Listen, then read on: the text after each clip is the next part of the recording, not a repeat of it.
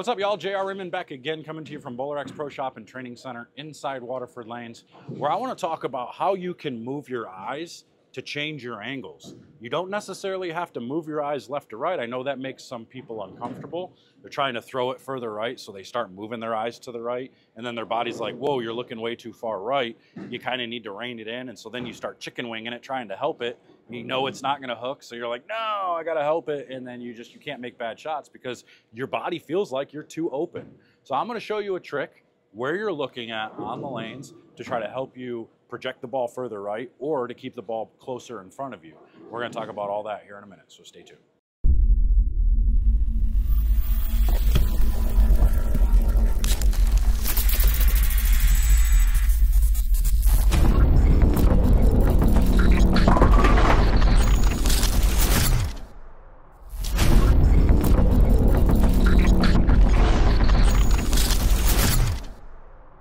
All right, y'all, here you go. So we want to talk about where you're looking at on the lanes and how you can change where you're looking at to change the angle that you're shooting the ball through the front part of the lane. So that angle off of that launch angle off of your hand can be changed simply by moving your eyes closer. So if I throw a shot and I stand, let's go, I'm going to stand right here on 25. I'm going to look at the arrows at 14, which means I'm probably going to hit like 15, 16, but I'm going to look at 14 and let's see where this ball goes.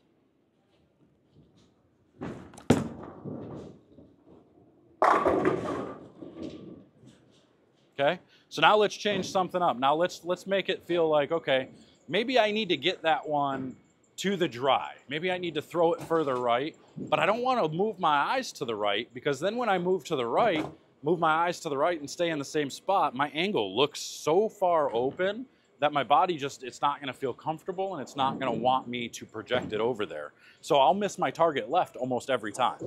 So if I stand up in the same spot again, but now instead of looking at 14 at the arrows, I look at 14 like a foot and a half past the dots.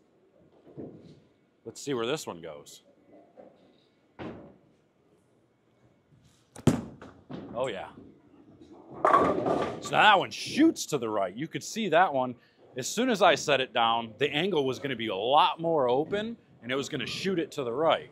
So now to me, I'm like, oh, that's a little too steep. Let's rein it in a little bit. Let's move my eyes another foot or 2 feet further down lane, and we'll see what this ball does. They both struck, that's okay, but you could see the difference in the angle of where the ball went. So now instead of looking at the arrows or looking a foot and a half past the dots, I'm gonna look right at the splice at 14 of that first panel.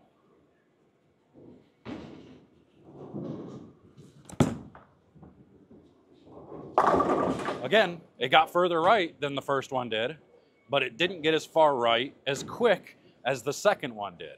So now let me show you again. Now I'll look at the arrows again and watch how much tighter that angle gets.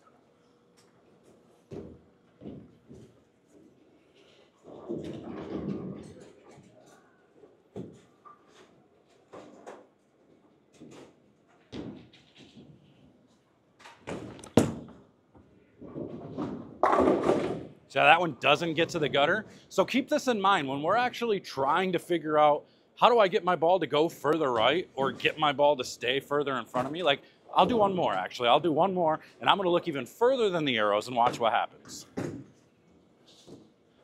You gotta get yourself comfortable with these things. It's not always gonna be easy to do stuff like this, but these things will definitely benefit you knowing these tricks. So I'm gonna look 2 feet, maybe 3 feet past the arrows, still looking at 14.